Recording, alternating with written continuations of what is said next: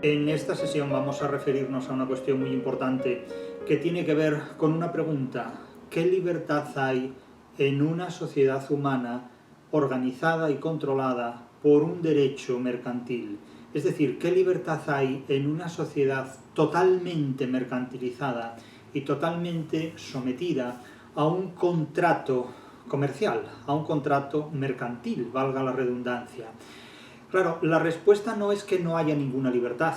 La respuesta es que hay una libertad que está simplemente codificada, organizada, controlada por las leyes del mercado. Esto no significa que desemboquemos directamente en una democracia, ni significa tampoco que desemboquemos directamente en el totalitarismo de, como diría Paolo Prodi, la República Internacional del Comercio, o más comúnmente un mundo organizado por los amigos del comercio.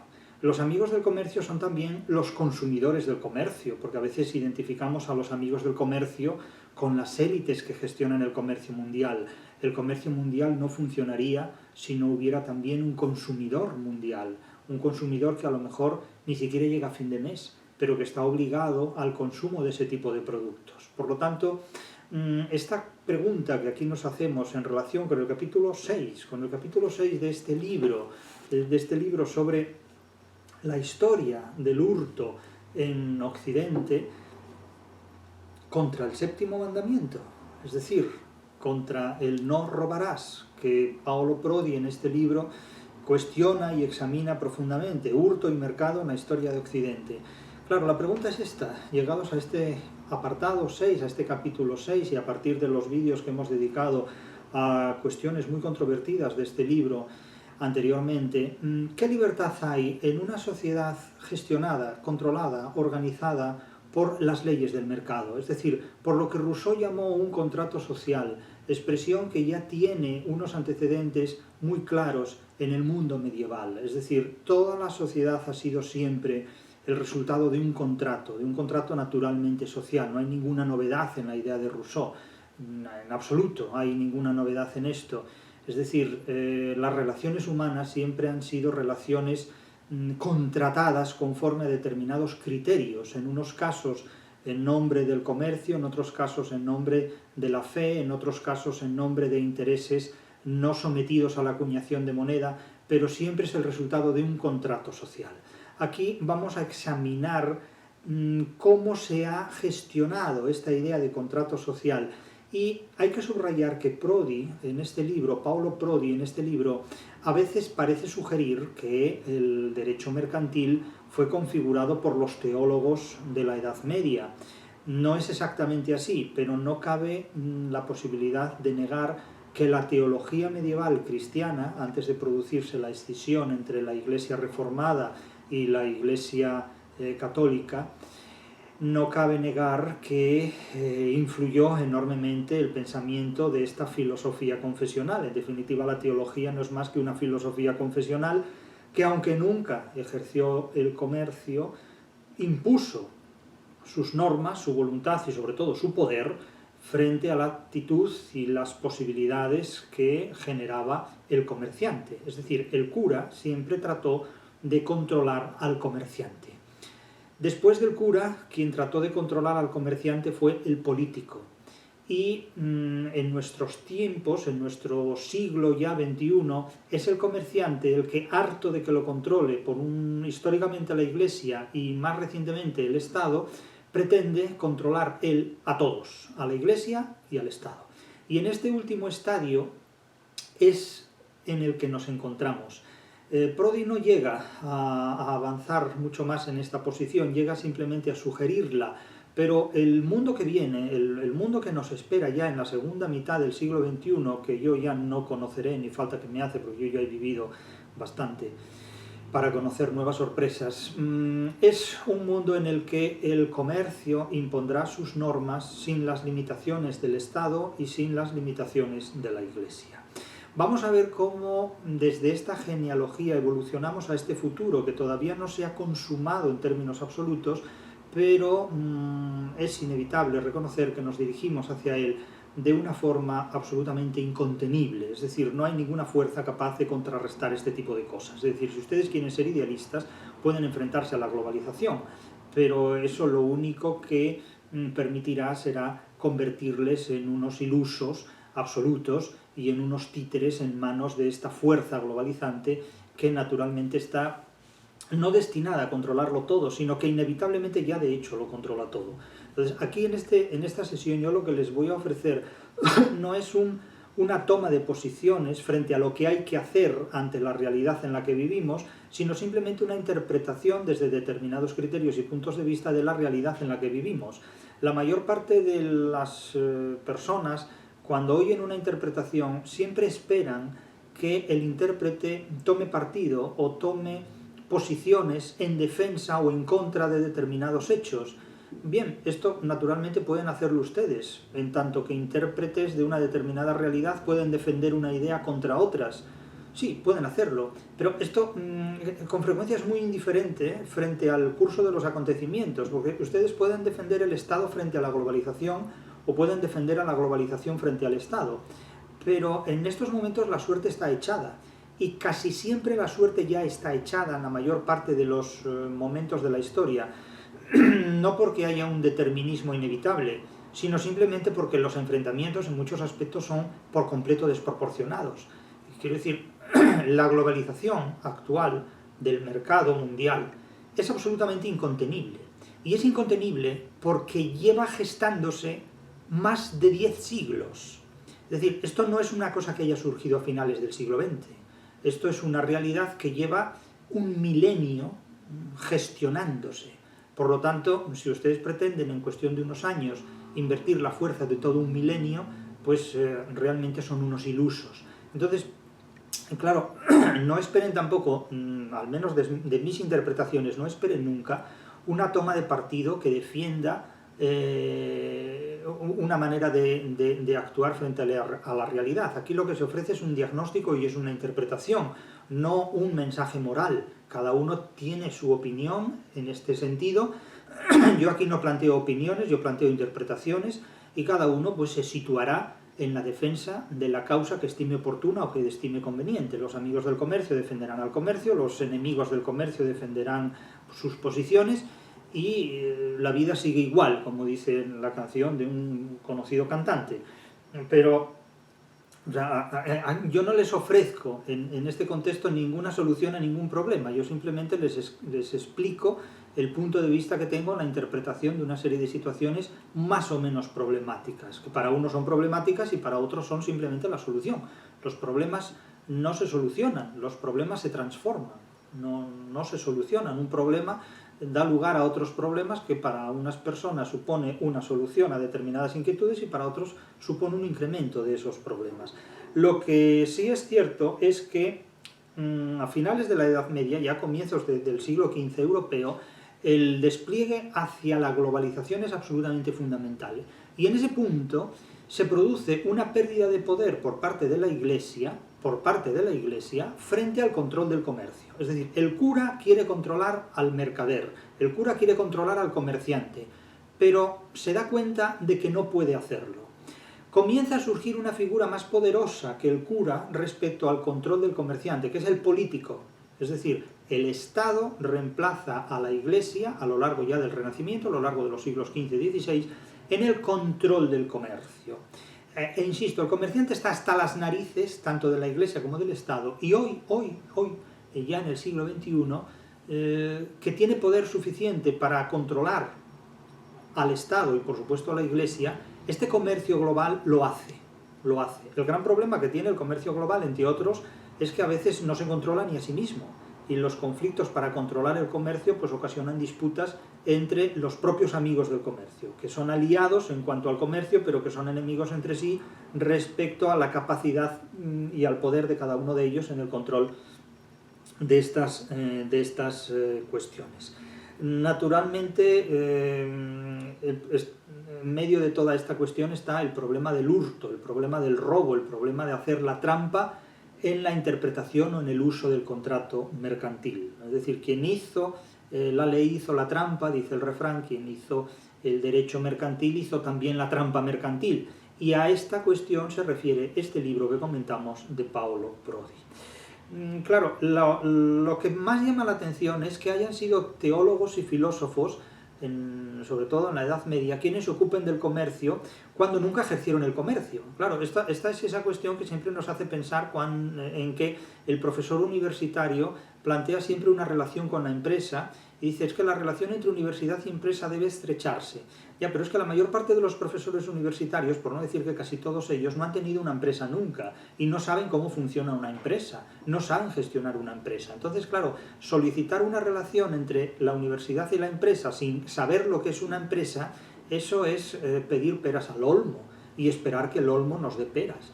Claro, lo que hacían muchos filósofos y teólogos durante la Edad Media, tratando de controlar el mercado, era una pura elucubración que estaba en función de los intereses de aquellas instituciones para las cuales los filósofos y los teólogos trabajaban, que era la Iglesia. Entonces se limitaban básicamente a controlar el mercado para liberarse de la usura y de los intereses, de tal manera que la Iglesia, que necesitaba dinero para crecer y abastecerse, no quería de ninguna manera que los prestamistas le cobraran intereses por el dinero que la Iglesia necesitaba para desarrollarse. Entonces condenaban la usura. Y a partir de aquí, el interés que tenían muchos filósofos y teólogos por el control del comercio estaba naturalmente subordinado a los intereses de la Iglesia. Pero a partir de un momento dado, la Iglesia se da cuenta de que de ninguna manera puede controlar el comercio. La Iglesia no acuña moneda, quien acuña moneda es el Estado. Y el Estado ya gestiona el comercio con más poderes que la Iglesia. A partir de ese momento la Iglesia tratará de controlar también al Estado, pero el Estado no se va a dejar. Y siempre ha habido esta dialéctica entre los tres grandes poderes, la Iglesia, el mercado y el Estado.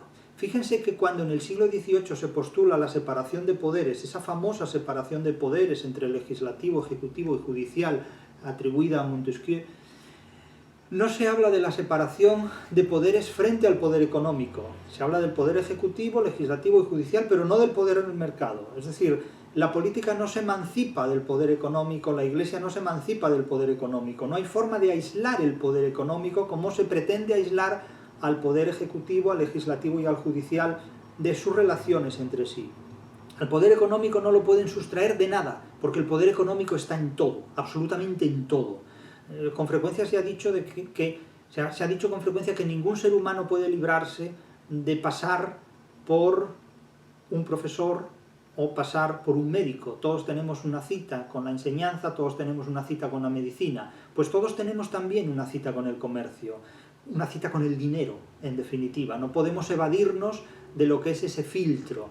Pero nótese esto, es decir, cuando se ha hablado de la separación de poderes, legislativo, ejecutivo, judicial, nunca se planteó la separación del poder mercantil, nunca se planteó la separación del poder económico, porque ese está en todas partes, está absolutamente en todos los sitios, en definitiva. Al poder eclesiástico se le apartó desde hace siglos de muchos otros poderes. Otra cosa es que esto haya sido más o menos explícito, pero también puede discutirse que sea más o menos explícita la separación triple de estos poderes, ejecutivo, legislativo y judicial. Pues siempre se dice que no están totalmente separados, que no están totalmente disociados, y esto da lugar a muchas disputas, a muchos debates. No entro en esto, no, hay opiniones para todos los gustos, pero noten esto, al poder económico no lo pueden disociar, no lo pueden separar, no lo pueden aislar de ningún otro poder. A veces ni tan siquiera se ha planteado esto.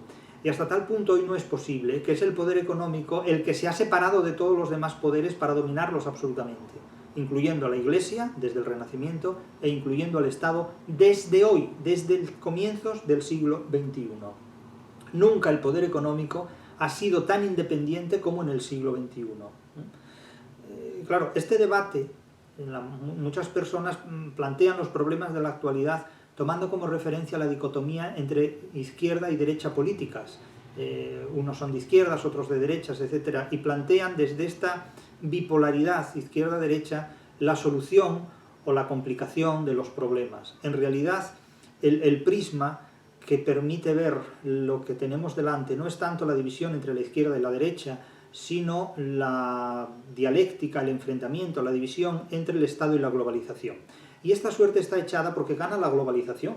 Es decir, el Estado es una figura meramente administrativa de lo que el derecho mercantil global exige. El Estado es un instrumento en manos del comercio. Esto no ocurría en el Renacimiento, donde el comercio era un instrumento en manos del Estado, y no ocurría en la Edad Media, donde el comercio era un instrumento en manos de la Iglesia. Es decir, hoy han cambiado las cosas completamente. ¿Qué es la izquierda y la derecha? Pues dos formas de entretener a la gente. Simplemente, discutiendo estos asuntos no se ven otros, que son realmente fuerzas motrices de la historia en la que nos encontramos actualmente, ya en el siglo XXI.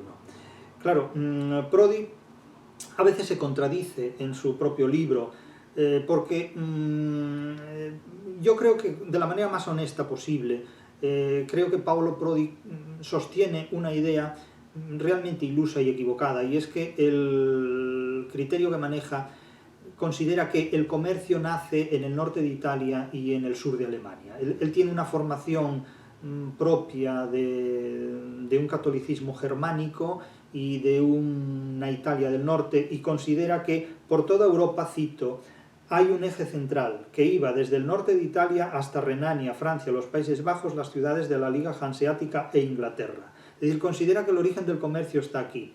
Hombre, ha habido una Grecia clásica, ha habido unos fenicios, ha habido, etcétera, comerciantes antes que estos otros. O sea, y después se produce un desplazamiento absoluto en el área comercial del Mediterráneo hacia el Atlántico, debido precisamente a las consecuencias que supuso la intervención de España en la historia y el descubrimiento de América. Naturalmente esto se puede discutir, puede decir que está bien, que está mal, pero esto es un hecho así. Por otro lado, en un libro como este sobre el hurto en la historia, y vamos a insistir mucho en este punto, y sobre la cuestión de restaurar y restituir lo robado a las instituciones o a las personas robadas, hay un hecho de capital importancia. Es decir, se insiste siempre en que la Ilustración francesa y también los padres de la economía moderna, de formación escocesa, británica, propios del mundo de la anglosfera y de Inglaterra, siempre han subrayado lo importante que es restituir lo robado para ser un gentilhombre, para ser un hombre de honor, un hombre de palabra. Estamos esperando que instituciones como el Louvre o el Museo Británico restituyan los restos del Partenón a Grecia. Es decir, cuando hablamos del hurto en la historia del comercio, cuando hablamos del hurto en la historia de Occidente y hablamos del concepto de gentilhombre del que habla Voltaire, del que habla Montesquieu, del que habla Smith, del que hablan los grandes precursores de la economía como ciencia moderna, de la interpretación del dinero, y condenamos el hurto, no debemos olvidarnos de lo que hay en museos como el Británico o el Louvre. Es decir, si consideramos que la restitución de lo hurtado, de lo robado, de lo saqueado, debe, para que el comercio funcione, restituirse, pues entonces resulta muy paradójico que aquellos que han hablado del robo y del hurto como algo totalmente condenable no hayan restituido lo robado. Claro, esto es una paradoja completa, es una completa paradoja, y una paradoja completa, si se permite la anástrofe, ¿no? Entonces, vamos a ver cómo en este capítulo, incluso quienes interpretan este tipo de exigencias, no mencionan la viga en el ojo propio, pero sí encuentran la paja en el ojo ajeno. Esto es una cosa también muy curiosa. O sea, condenamos el hurto, exaltamos a países como Francia e Inglaterra, que han hecho una historia ejemplar del comercio porque han exigido siempre a los demás la restitución de lo robado, pero en el Louvre y en el Museo Británico está lo que no está en la Acrópolis y lo que no está en el Cairo y en Egipto, entre otras cosas. Pero bueno, esto es lo que hay, en definitiva. Unos estarán de acuerdo, otros estarán en contra, pero los hechos son los hechos, resultan indiscutibles. Siempre repite lo mismo esto Prodi, siempre dice que el origen del comercio está en la Europa central y septentrional, en Alemania y en Italia. Alemania e Italia son dos países que como tales no existen hasta la segunda mitad del siglo XIX. Por lo tanto, decir que el origen del comercio está en estos países en la Edad Media, pues resulta tan curioso como afirmar que Séneca era cordobés, por ejemplo, ¿no? O sea, no hay Córdoba todavía en la época de Séneca, etc. Entonces se dice, se fue pasando del pluralismo de los sistemas jurídicos universales a la relación entre el derecho positivo emitido por el poder político del Estado. Evidentemente la Iglesia pierde el control del mercado, ya completamente, lo pierde por completo. ¿Y qué es lo que hace la Iglesia para retener durante el mayor tiempo posible el control del mercado? Controlar la conciencia de la población a través de la confesión y, por supuesto, controlar la conducta del mercader a través del tribunal de la confesión, a través del ejercicio de la confesión. Claro, el control de la conciencia es algo absolutamente fundamental, pero no solo en la Edad Media, en cualesquiera épocas. ¿O es que no se controló la conciencia en el siglo XVIII? ¿Es que la Revolución Francesa no controló la conciencia en nombre de una idea de razón hecha a la medida de los revolucionarios franceses? ¿Es que la democracia no controla la conciencia, elaborando mediante la publicidad, la propaganda, el cine, los medios de comunicación, el control de la conciencia de la gente? ¿Es que no se organiza siempre una agenda donde los objetivos estén muy claros y se induce al ser humano a que su conciencia se modele conforme a los objetivos de estos propósitos? Eso ha ocurrido durante toda la vida y hay gente que trabaja para que se cumplan estos objetivos porque comulga con estas ideas, y hay personas que se rebelan contra estos objetivos porque los consideran falsos, fraudulentos o simplemente nocivos para determinadas formas de conducta y de comportamiento. Y en esa pugna se desarrolla la historia y se desarrolla la vida cotidiana. Yo no sé si así se escribe o no la historia, yo sé que así se organiza la vida, en el enfrentamiento de unos y de otros. Pero el control de la conciencia que la Iglesia ejerció durante la Edad Media a través del Tribunal de la Confesión, que es un interrogatorio hurgando en la vida privada de la gente lo que ha hecho y lo que no ha hecho, con objeto de controlar sus actos futuros para llevarlos al cumplimiento de los proyectos eclesiásticos, es algo que ha practicado siempre. ¿Acaso el nazismo no controló las conciencias? ¿Acaso cualquier cosa que exista no preserva su existencia controlando la conciencia del individuo? ¿Qué es sino la filosofía más que el control de la conciencia del ser humano a través de una indumentaria que se supone que te hace más culto, más inteligente y más valioso que los que no practican esa filosofía? En definitiva, ¿qué es la cultura más que una conformación de la conciencia humana en virtud de la cual, si eres culto, eres mejor persona que si eres inculto, por ejemplo, ¿no? Es decir, es una valoración de supremacismo respecto a otras. Es decir, si haces esto eres más valioso que si no lo haces. Si te comportas de esa manera eres más valioso que si te comportas de la manera contraria. Y esa manera de inducir al ser humano a desarrollar determinados comportamientos, pues no es ni más ni menos que un control de la población destinado a obtener determinados fines y propósitos, naturalmente. Entonces, ¿qué es lo que hace la Iglesia?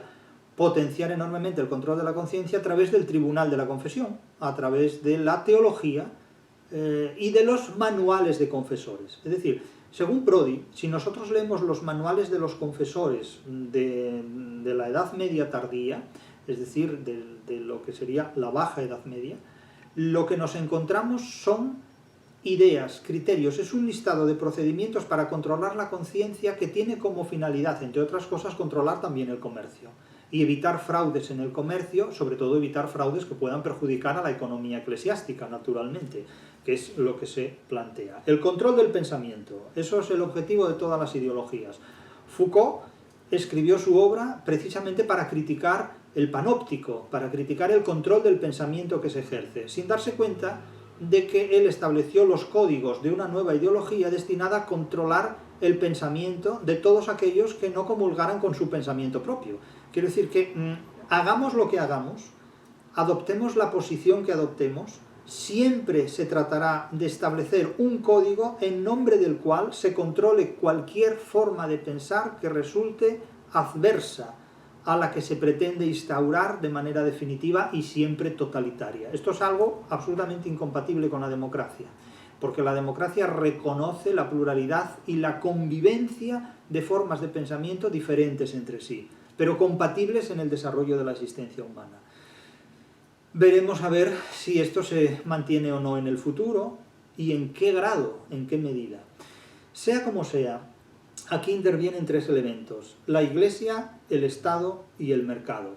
¿Quién manda más? Pues en la Edad Media mandaba la Iglesia, en las edades moderna y contemporánea mandaba el Estado, y a partir del siglo XXI manda el mercado.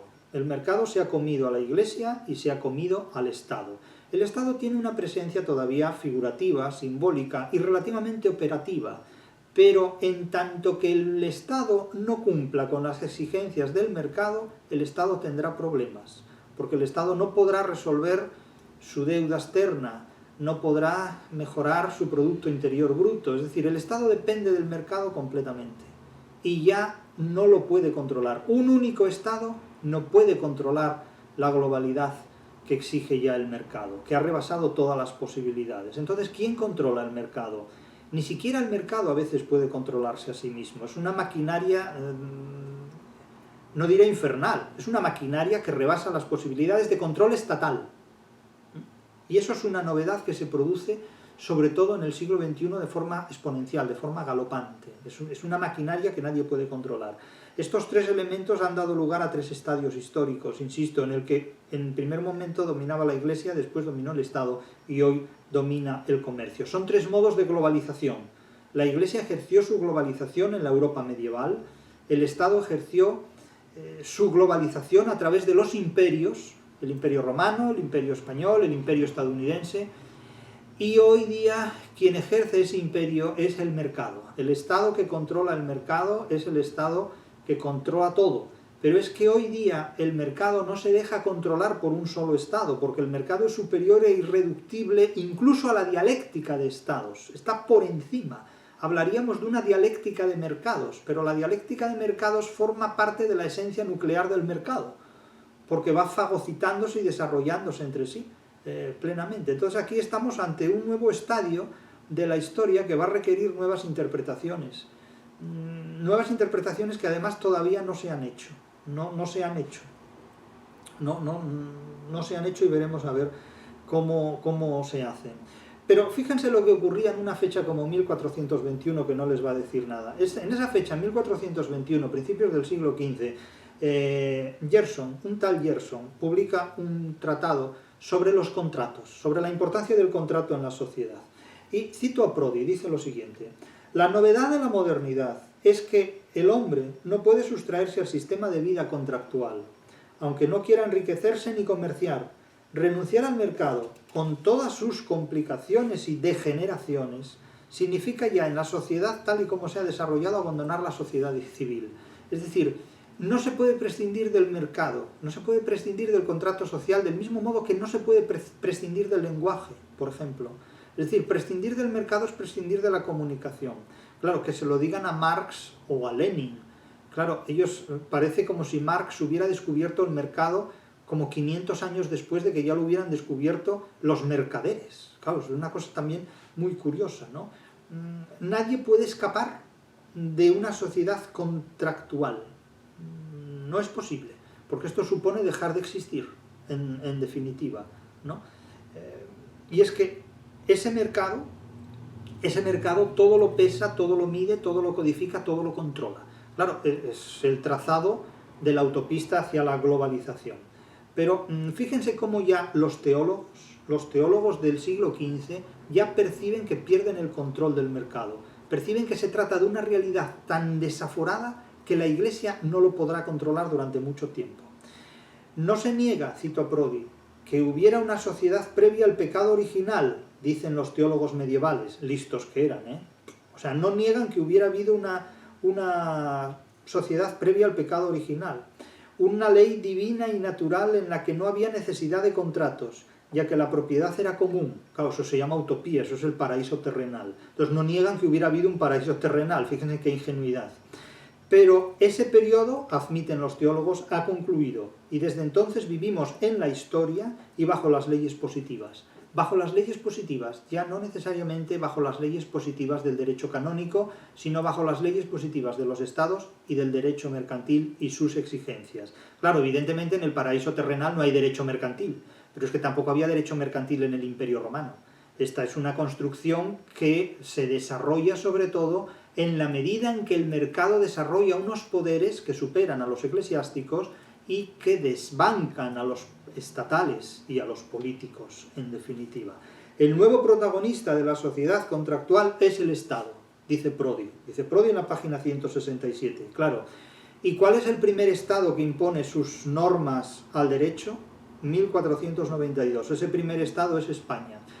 Esto unos dirán que sí, otros dirán que no. Bien, el caso es que en 1492 España se convierte en el primer Estado. No hablo de nación, la nación es un concepto romántico, es un concepto del siglo XIX. Hablo de Estado, de un Estado que se despliega, que se configura como una potencia que desplaza el mercado, desplaza el comercio del Mediterráneo al Atlántico. Y esto supuso, claro, una novedad con la que no se contaba. A la Iglesia esto la pilló completamente despistada. Pilló despistados a todos, absolutamente, ¿no? Pero esa primera globalización que después Prodi, unas páginas más adelante, reconoce que fue obra de España, mucho antes del documental que hicieron recientemente televisivo, Prodi ya reconoce la primera globalización moderna es la que hace España y la hace con el mercado, evidentemente, la hace con el mercado. Pero este pasa a ser controlado por el Estado. La relación entre el contrato y la usura es a menudo tan enmarañada que solo la conciencia puede hacer de brújula.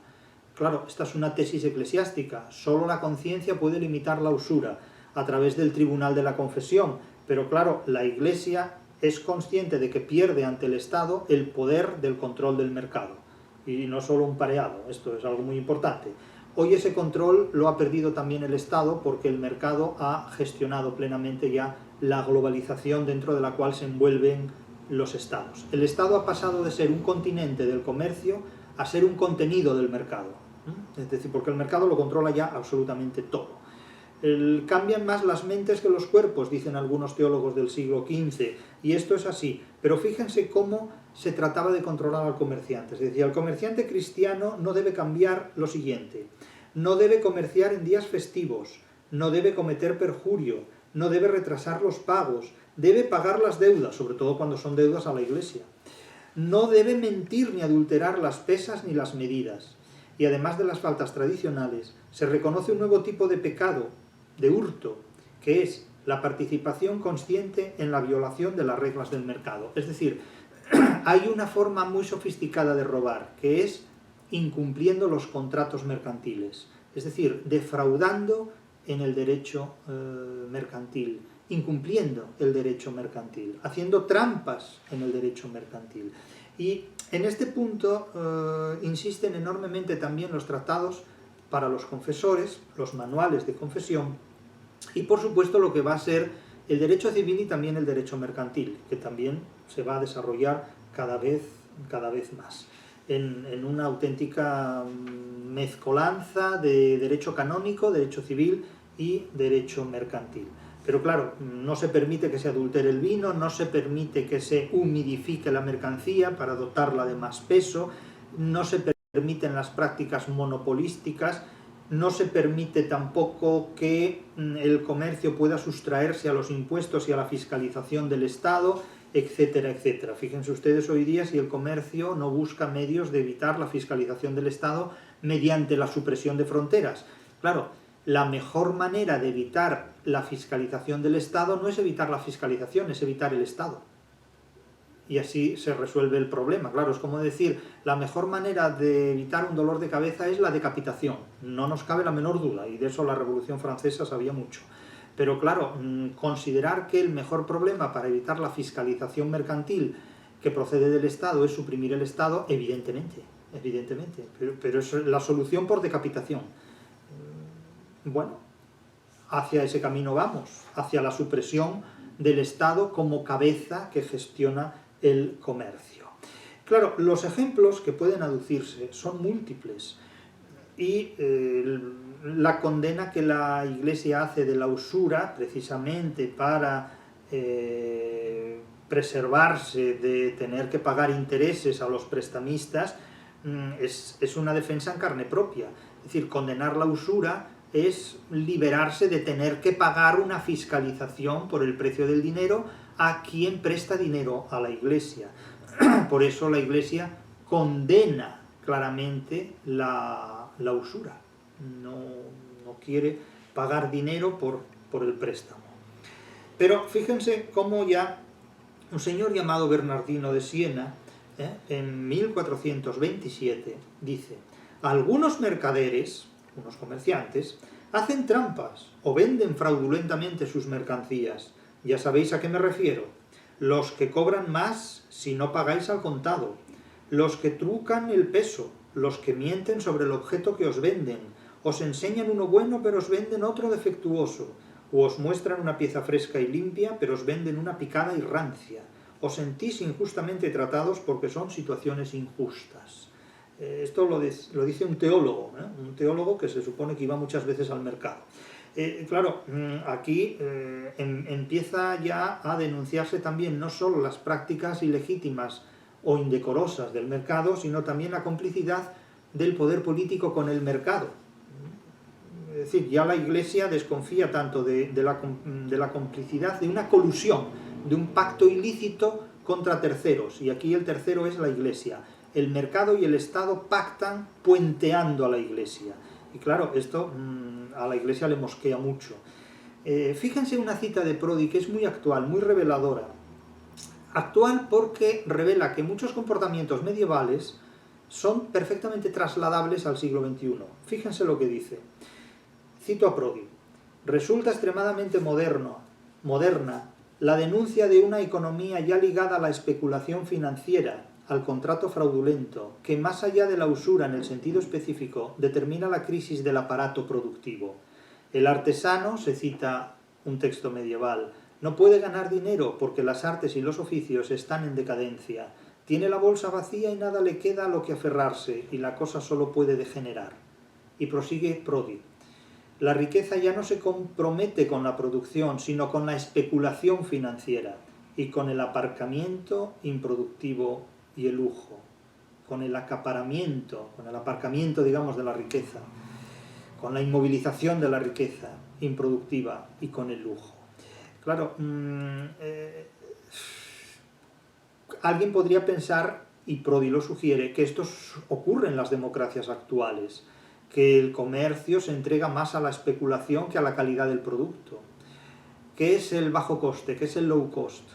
El advenimiento de una economía especulativa, prosigue la cita, que no solo se desentiende del bien común, sino que corrompe el poder político para reforzar el suyo, para reforzar el poder del mercado se corrompe el poder político.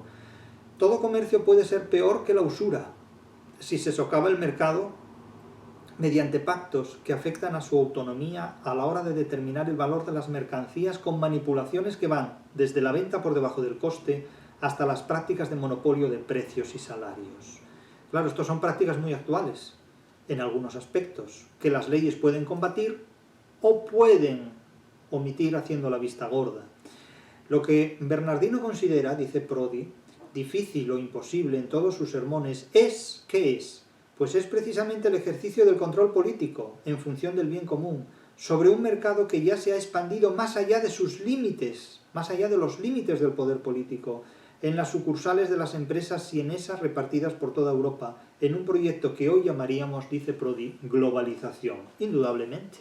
Es que el poder siempre tiende a la globalización, y si no la consigue es porque hay otros poderes que se interponen en su propósito. Pero ¿qué ocurre cuando esos poderes ceden? Cuando esos poderes se atenúan, como se atenuó el poder de la Iglesia en la Edad Moderna y como se atenúa hoy el poder del Estado en el siglo XXI, pues que el otro poder lo globaliza, lo fagocita absolutamente todo. El mercado se come al Estado, que en su momento se comía a la Iglesia. Claro, habla Prodi en un momento dado de la decadencia de Italia en el siglo XVI. En el siglo XVI Italia ya no es que estuviera en decadencia, es que estaba totalmente decaída, porque ya estaba en manos de España, estaba en manos del Imperio Español. Y habla de la diáspora de los grandes centros comerciales y financieros, pero no los detalla, no los menciona, no dice cuáles, porque evidentemente lo que se ha producido es un desplazamiento del comercio en el Mediterráneo al comercio atlántico, y una hegemonía política y militar de España en todo el mundo, en definitiva. Y advierte, en Italia, la reflexión sobre el mercado quedó atascada hacia mediados del siglo XV en un punto central. la relación entre la economía y la política y no consiguió encontrar una salida. No la podía conseguir porque Italia no tenía poder político. El poder político lo tenía, en todo caso, Venecia, los Estados Vaticanos y el Imperio Español, que fueron los que organizaron la batalla de Lepanto.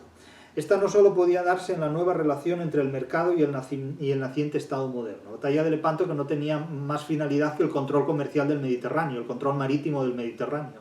No había otra razón de ser. Es decir, el control del mercado se gestionaba bélicamente. Hoy día el mercado renuncia en muchos aspectos al control bélico, pero no en otros.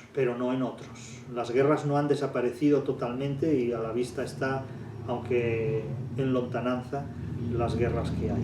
Claro, ese centro comercial pasó de Italia a España y pasó del Mediterráneo al Atlántico. Todavía no han intervenido países como Alemania, que ni siquiera están formados y que tenían una economía completamente medieval, a pesar de la Reforma, del Calvinismo y de Lutero, y de Inglaterra, que necesitará todavía llegar al siglo XVIII y a la segunda mitad del siglo XVIII. Tengan en cuenta que Inglaterra todavía moderniza su calendario en 1752, que sigue utilizando hasta 1752 el calendario juliano.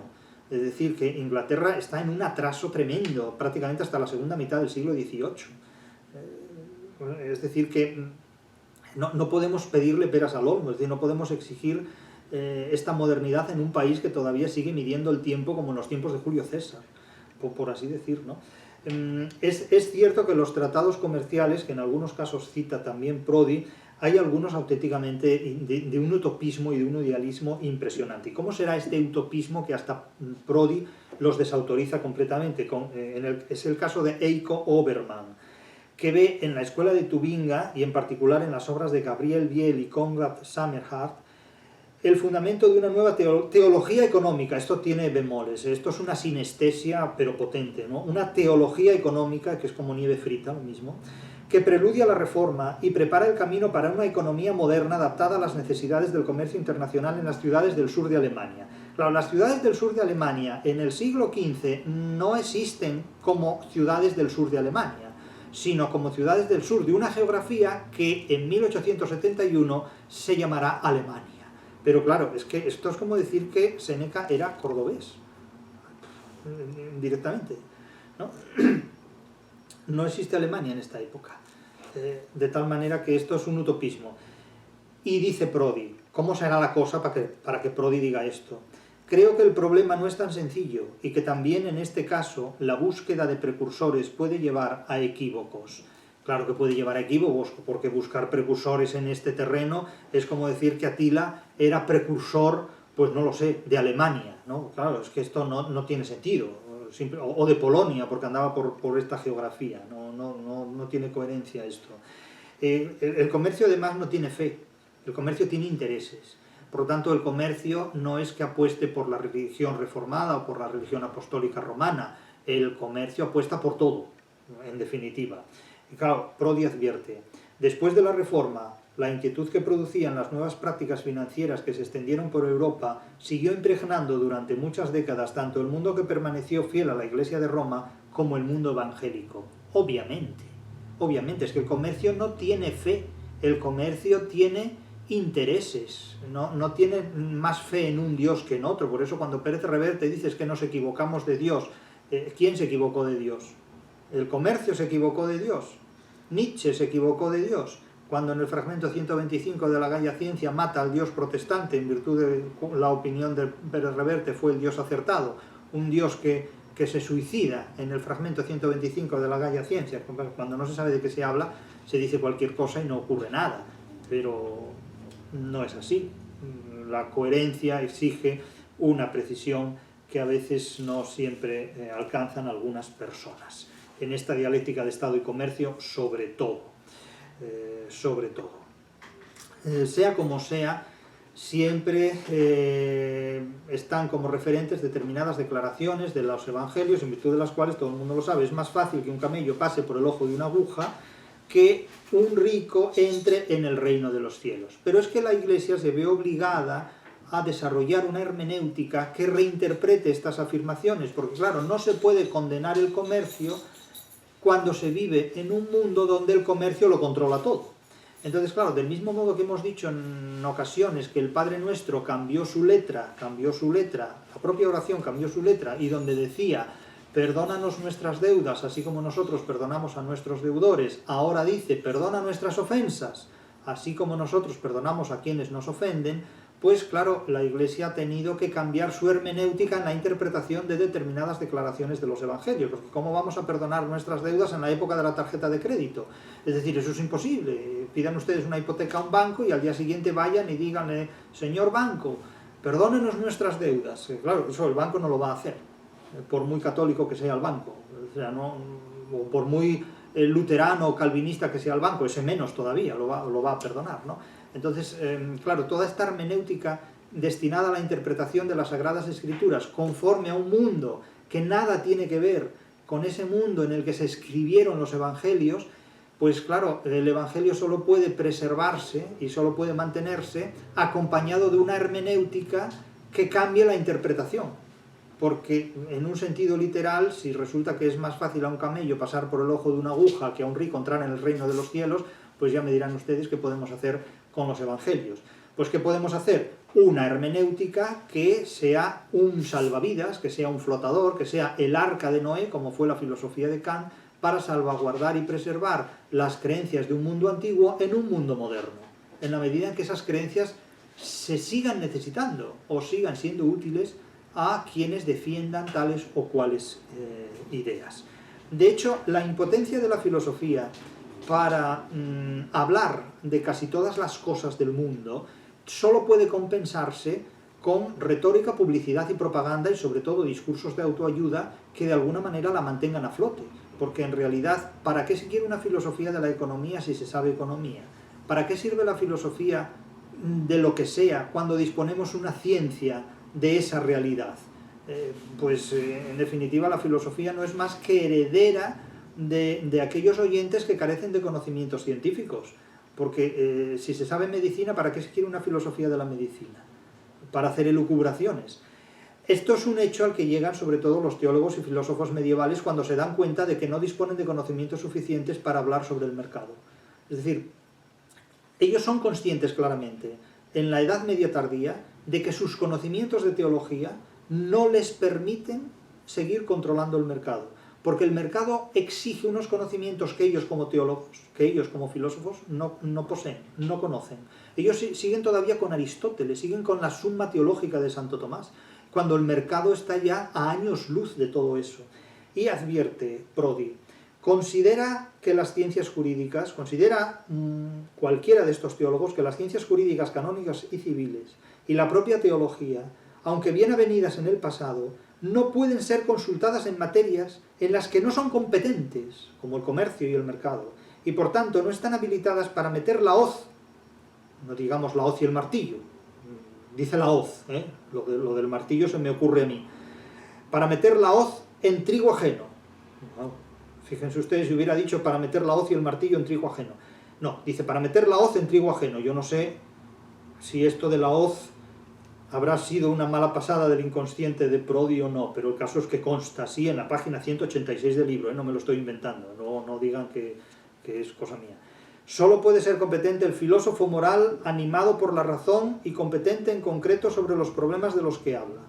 Es decir, que la filosofía aquí ya reconoce sus límites para ocuparse de materias que la rebasan. Pero es que cualquier materia rebasa la filosofía, porque la filosofía no es más que un modo de relacionar las ideas de las que se dispone y con las que se actúa, pero, claro, siempre y cuando este conocimiento será sistemático o asistemático, las ideas racionales y irracionales, y el modo de relacionarlo sea dialéctico, crítico o idealista por completo, y se actúe conforme a los conocimientos científicos o de espaldas a ello. Sea como fuere, lo que sí está absolutamente claro es que la Iglesia pierde completamente el poder sobre el control del mercado porque se lo arrebata el Estado, se lo arrebata absolutamente el Estado. Nótese que Prodi tarda 194 páginas en mencionar a España en la importancia que tiene la historia del comercio. Tarda 194 páginas en hacerlo. Y entonces aparece Madrid. Y aparece Madrid, no España, curiosamente. Madrid. Entonces dice que la gran capital política y económica del comercio es Madrid. Claro, de repente aparecemos cuando resulta que lleva todo el libro diciendo que el eje fundamental del comercio está en el norte de Italia, en Sajonia, en Renania. Y de repente resulta que el gran centro comercial es Madrid. Curioso esto, curioso. Y fíjense lo que señala Prodi en la página 195.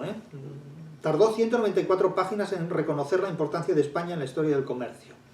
Dice Prodi: la conciencia común en toda Europa, a comienzos de la Edad Moderna, más allá y por encima de las nuevas barreras confesionales, era que la superioridad de la civilización cristiana en el mundo se basaba no tanto en las innovaciones técnicas fundamentales, la conquista de los mares, la formación de grandes capitales financieros, como en la capacidad de autogestión, autorregulación y autocorrección del mercado. A mi juicio, esta es una interpretación completamente retrospectiva y hecha desde hoy. La conciencia común en toda Europa a comienzos de la Edad Moderna, pero si no hay toda Europa a comienzos de la Edad Moderna. A comienzos de la Edad Moderna, lo único que hay en Europa es la Europa meridional. Lo único que hay en Europa es Italia y España. Lo demás de Europa, ¿qué es? Finlandia, Noruega, Alemania, que no existe hasta 1871, los Países Bajos, que son una confederación de comerciantes sin Estado, a los que los ingleses echan de Manhattan en cuanto se los encuentran allí. Es decir, hablar de toda Europa en la Edad Moderna es hablar en realidad de la Europa mediterránea, completamente. Y esta exaltación de la autogestión, cuidado con ella, porque pero vamos a ver, ¿qué autoconciencia había en Kaliningrado en el año 1500? ¿Andaba Kant ya por allí? Hombre, esto es una idealización del pasado desde los presupuestos del romanticismo. Prosigue la cita. La sociedad contractual vivía sobre la base del principio de restitución de las ganancias ilícitas y sólo cuando se producía una patología se recurría al derecho positivo de los estados. O sea, si hemos de hacer caso de estas palabras de Prodi, parece ser que la Organización del Comercio Internacional ya había establecido, en nombre de la conciencia europea, que la restitución de las ganancias ilícitas debía hacerse. Bien, resulta que a comienzos de la Edad Moderna, siglo XVI,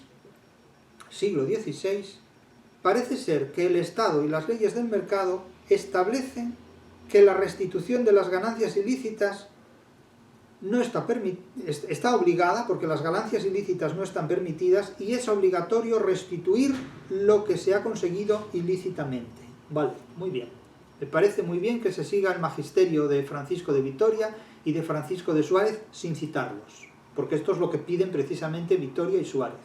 La restitución de las ganancias ilícitas, todo el derecho internacional, todo el derecho de gentes, de indias, todo muy bien.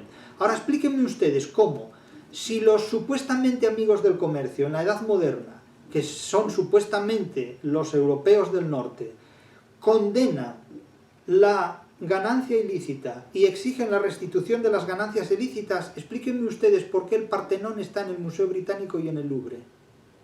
Explíquenme ustedes por qué Napoleón saquea a Egipto y se lo lleva todo al corazón de París.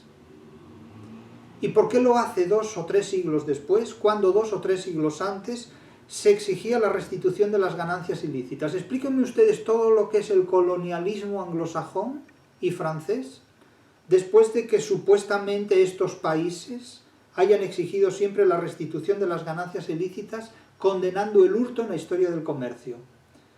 Explíquenselo ustedes, porque yo no me lo explico, ¿no? Realmente. Y Prodi tampoco lo explica en este punto. Y prosigue la cita, claro, prosigue la cita. Ninguna civilización anterior a la europea ha conocido mercados como los de Venecia, Amberes, Londres y muchos otros. Aquí ya no figura Madrid, figuraba antes, pero aquí ya no, Madrid ya no. Que permitieron por primera vez la unificación de todos los pueblos del planeta. Hombre, si Venecia permitió la reunificación de todos los pueblos del planeta, me lo tendrán que comentar esto por lo menudo. Si Amberes permitió la reunificación de todos los pueblos del planeta, hombre, también me lo tendrán que explicar un poco, porque yo creo que Sevilla y la casa de contratación tienen algo más que decir, pero aquí Prodi no lo menciona. La superioridad de la nueva civilización comercial europea pudo imponerse gracias a la seguridad de los contratos establecidos sobre la base de la fe, de la fides, la religión cristiana que garantizaba la devolución de las ganancias ilícitas. La religión cristiana garantizaba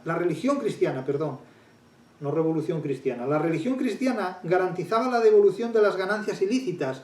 ¿Qué religión era la de Napoleón? ¿Qué religión es la de la anglosfera, que saqueó Partenón, Acrópolis y Egipto y todo lo que pilló? Claro, y por tanto, la indemnización de los daños causados por el incumplimiento de las reglas del mercado. La Acrópolis aún está esperando la restitución y la indemnización del incumplimiento de las reglas del mercado, cuando el mercado estaba gestionado por el Estado británico y por el Estado napoleónico. Bien, entonces claro, cuando escribimos un libro sobre hurto y mercado en la historia de Occidente, como este, un libro valioso y de referencia, y cuando hablamos de lo grande que es Europa en términos de Prodi, y de lo grande que ha sido el ideal europeo, la superioridad de la nueva civilización comercial y de cómo la religión cristiana, que garantizaba, cito literalmente, la devolución de las ganancias ilícitas y por tanto la indemnización de los daños causados por el incumplimiento de las reglas del mercado, ¿cómo hacemos eso compatible con el saqueo colonial de Inglaterra y Francia en Grecia, Egipto y medio mundo? ¿Cómo lo hacemos compatible? ¿Cómo lo hacemos compatible? Es decir, los inventores del comercio, Adam Smith, los padres de la economía moderna, que condenan el hurto, que condenan el robo y que patrocinan toda la industria mercantil de esclavos negros, saqueando poblaciones de seres humanos a los que masacraron como animales en la construcción de un país como Estados Unidos. Es decir, ¿cómo hacemos compatible todas estas cosas? Es decir, el hurto de la vida humana como recurso de esclavitud. Es atronante la contradicción que hay en el idealismo de la teoría y la realidad de la historia, realmente, ¿no? Es realmente, o sea, condenamos la usura y condenamos el hurto y sin embargo se promueve completamente el saqueo de los estados. El saqueo de los estados es una cosa impresionante. Todo el colonialismo ha sido esto precisamente, ¿no? Pero durante siglos. Y cito otra observación de Prodi también muy importante. Se ha escrito que durante la Edad Moderna se produjo una profunda mutación en la imagen del criminal.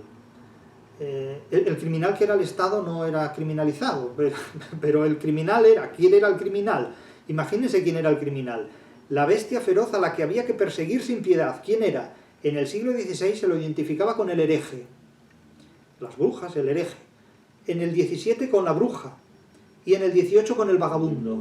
O sea, el enemigo era el vagabundo, el hereje y la bruja. Pero el Estado que colonizaba, el Estado que exterminaba, ese no era el enemigo, ese era el juez. Curioso. Me gustaría añadir que si el vagabundo se convierte en el delincuente por excelencia es porque rechaza la propiedad y el mercado, y por lo tanto, al menos potencialmente, es visto como un ladrón. Es cierto, o sea, el Estado no era un ladrón, pero el vagabundo indefenso y que no tenía ni qué comer ni dónde atecharse, el que no tenía casa, ese era un ladrón. Es curioso, vamos, es curioso cómo la historia se legitima a sí misma de forma realmente sorprendente, ¿no? El comerciante que gestionaba la trata de negros, la trata de seres humanos, esclavizándolos y mercantilizándolos como auténticos animales, peor que a los animales, ese no era un ladrón. El ladrón era el hereje, el vagabundo y la bruja. Curioso. Entonces, claro, dice Prodi, se lleva a cabo una ampliación del concepto de hurto para que incluya toda la infracción de las reglas del mercado. Pero es que en esa infracción de esas reglas del mercado no entra dentro del concepto de hurto el saqueo de la vida humana, el saqueo de la propiedad de los países, el saqueo de la Acrópolis y el saqueo de Egipto. Eso no entra en el concepto de hurto que elaboran ingleses y franceses, que elaboran los ilustrados como Montesquieu, como Voltaire, como Adam Smith. Es decir, el concepto de hurto que tiene esa gente no entra dentro del concepto de hurto que ejercieron las naciones a las cuales esos pensadores sirvieron. Y esto Prodi tampoco lo dice en su libro. Tampoco lo dice en su libro, que está dedicado precisamente al hurto en la historia del mercado occidental. El mayor hurto en la historia del mercado occidental ha sido el colonialismo, que se ha mantenido hasta mediados del siglo XX. y no diremos cómo se mantiene hoy, porque eso escapa a nuestras posibilidades interpretativas. Solo quiero subrayar, cito a Prodi, que no es posible saltar de la Edad Media al siglo XVIII, entendido como el punto de ruptura de una estructura feudal eclesiástica aún dominante. Y yo digo, no es posible hacerlo salvo que hablemos de Alemania, porque Alemania es una geografía, no un país, porque no existe como país antes de 1871, que pasó de la Edad Media al siglo XVIII dando un salto. En 1806, cuando cae el Sacro Imperio Romano Germánico, y entonces comienza a configurarse como una república de política real que desemboca en el planteamiento de Bismarck en 1871. Es decir, así es como evolucionan las cosas. Claro, el propio Prodi, haciendo una anacefalosis, es decir, llega a una recapitulación en este capítulo y dice algo importante: me ocuparé del intento de las iglesias, y en particular de la Iglesia romana, de dominar el mercado mediante el control de las conciencias. Eso lo ha demostrado. Con la doctrina, la confesión y la predicación. Así ocurrió durante la Edad Media y la más temprana Edad Moderna. Me ocuparé, dice, de la tendencia del mercado a desarrollar su autonomía sobre bases universalistas, en la teoría y en la práctica. Sí, eso fue lo que hizo en este capítulo al que acabamos de referirnos.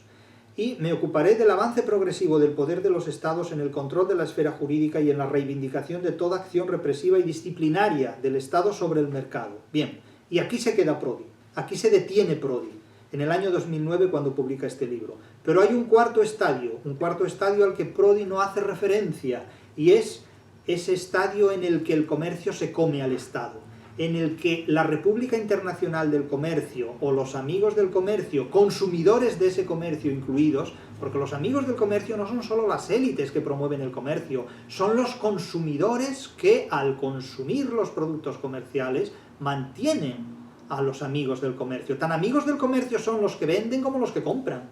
Entonces, claro, no podemos decir, no, es que la gente es enemiga del comercio. Si se es enemigo del comercio, no se participa en el comercio. Es que no se puede vivir siendo enemigo del comercio, ya para empezar. Entonces, claro, cuando Escotado publica un libro hablando de los enemigos del comercio, ¿de quién habla realmente? ¿De quién habla realmente? Nadie puede vivir siendo enemigo del comercio, porque nadie puede vivir de espaldas a la economía. Nadie puede vivir de espaldas a un contrato social donde el derecho mercantil lo representa absolutamente todo. Es decir, nadie puede vivir en el paraíso terrenal, como nadie puede vivir en una utopía más allá de la historia o más acá del nacimiento, insisto, de la prehistoria misma. Por lo tanto, este cuarto estadio al que Prodi no llega y al que yo mismo me he referido en mi libro, el ensayo sobre el fracaso histórico de la democracia en el siglo XXI, y que ahí encontrarán ustedes detallado, ese cuarto estadio solo se puede comprender si previamente conocemos la genealogía de la que procedemos y hacia dónde vamos. El comercio lleva 1000 años, lleva más de un milenio preparando la globalización. Por lo tanto, enfrentarse a la globalización es renunciar a hacerse compatible con la realidad a la que estamos obligados naturalmente a enfrentarnos si es que pretendemos sobrevivir en la segunda mitad del siglo XXI. Naturalmente, respecto a esto se puede estar en contra o a favor, pero es que da lo mismo estar en contra o a favor. Estar de acuerdo o en desacuerdo con una determinada realidad es el primer paso a renunciar a adaptarse a esa realidad o simplemente a ser compatible con ella o a intervenir en ella. Y una cuestión antes de terminar. Leo el último párrafo de Prodi a este capítulo, en la página 201. Prodi lleva todo el santo libro lleva diciendo que el origen del comercio está en el norte de Italia y en el sur de Alemania, en Renania y por ahí para allá. Vale. Pues fíjense lo que dice en este párrafo. Desde el punto de vista espaciotemporal, puede afirmarse de manera esquemática que la falla tectónica que divide las distintas fuerzas en movimiento se desplazó, según la fuerza de los continentes, desde el imperio de Carlos V, es decir, Carlos I en realidad, Carlos I, y la península ibérica en la época de Felipe II hasta Francia al final de las guerras de religión y la recién nacida Holanda. Ahora resulta que Holanda es la recién nacida, pero antes, oye, todo el comercio estaba en una Holanda que no era la recién nacida. Es decir, reconoce implícitamente, pero como si no quisiera reconocerlo, claro, el poder fundamental de la España de Carlos I, que es la que hereda la apertura del comercio del Mediterráneo a América y la gestión de la primera globalización. y alcanzó su madurez a finales del siglo XVII y en el siglo XVIII en Inglaterra y la Nueva Prusia con diferentes resultados. Sí, bueno, los resultados de la Nueva Prusia fueron, vamos, abrumadores, bueno, una cosa impresionante.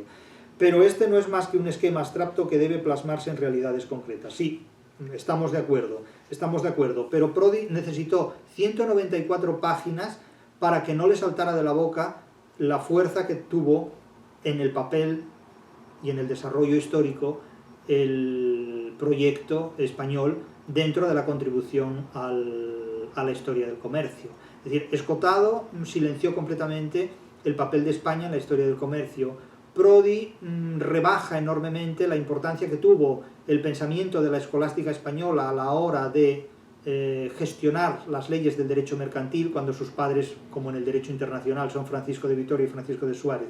Y lo que también sigue sorprendiendo hoy en día es en dónde están los académicos de la historia para escribir esta página sobre la economía española en los siglos de oro y el papel de España en la historia del comercio. ¿Dónde están esos historiadores?